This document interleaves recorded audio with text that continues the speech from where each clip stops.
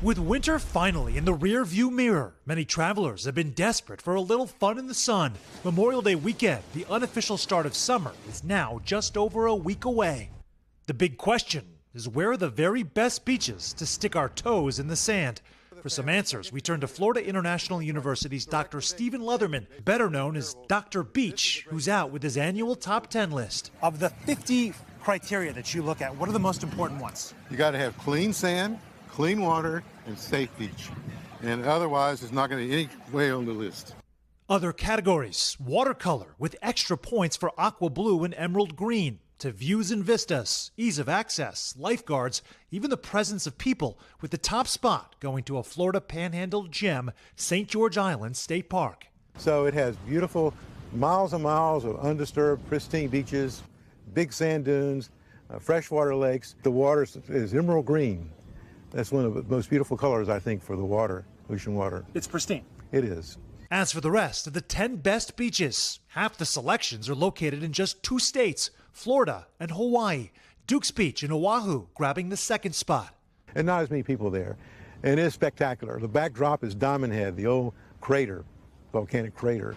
A few locations in the Northeast did manage to crack the top 10, including Cape Cod in Massachusetts, where Coast Guard Beach has a sand spit extending from glacial sea cliffs, and the lure of the Hamptons off New York's Long Island, where Cooper's Beach was high-ranking with beautiful sand dunes and easy snacks. It's got a great snack bar, actually, for full lunch, great lifeguards, very safe. For those living in South Florida, the rankings focusing on the right features. I actually look right now to have like a calm beach, that it can have like a little deep space for the baby to enjoy the water. When I tell you best beaches in the world, best beaches in the United States, what do you immediately think of?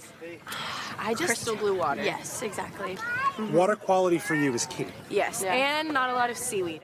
In fact, the presence of potentially record levels of seaweed has caused the biggest shakeup in this year's ranking, with beaches like this Key Biscayne beauty moving off the list because of it. Let's face it looks bad, it smells, it rots on the beach.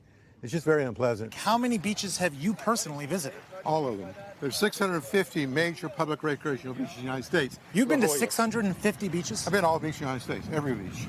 I mean, must be nice. So, Sam, if people want to visit some of these spots this summer, what are some ways they can save? Yeah, let's be very clear. We all want Dr. Leatherman's lifestyle. In terms of tips, Chanel, you can avoid staying right on the beach. You're going to pay a premium to do that. Go ahead and check to see if the hotel or the town nearby has transportation, whether it's a bus or a bike that you can get out there. Lots of ways to save that way. Also, umbrellas and chairs and snacks, that can really add up, $15, $20 an hour or more. So try to bring your own if you can. And then numbers, if you can maximize how many people you go with and stay in accommodations that offer sort of scaling in that regard. Maybe it's a house or it's a property that has room for several families. Another good way to save money that route too. And guys, a lot of folks probably wondering, why isn't my favorite beach on this list? Odds are it likely was, but the number one beach on these lists for Dr. Leatherman gets retired for the following years. So in the last 7 years, there have been 4 Hawaiian beaches that have just been taken off the list, but they're still on his website. Okay. And I would add, how do you not trust someone who has been to 650 beaches? You have my credibility. You must trust. Okay, so St. George Island, Florida. I've been to Florida many times. I've never heard of that one. Where is it and how do you get there? This is about 90 minutes from Tallahassee, Hoda. So you go to the airport. It's a straight drive really along the Gulf of Mexico. It's a barrier island, and you are isolated. You see all these beautiful, charming, multicolored homes right on the water, raised up, of course. You get out here, and it's serenity. It is total emptiness. Kayaking, fishing, shelling, I'm told, is very good. All those activities factor in. There's also a beautiful lighthouse not far away for those that like to check out the history of these areas, too. Wow. Beautiful. What a gem. Beautiful. Thank you. Sam, all right, thank you. Hey, thanks for watching. Don't miss the Today Show every weekday at 11 a.m. Eastern, 8 Pacific on our streaming channel, Today All Day. To watch, head to today.com/allday or click the link right here.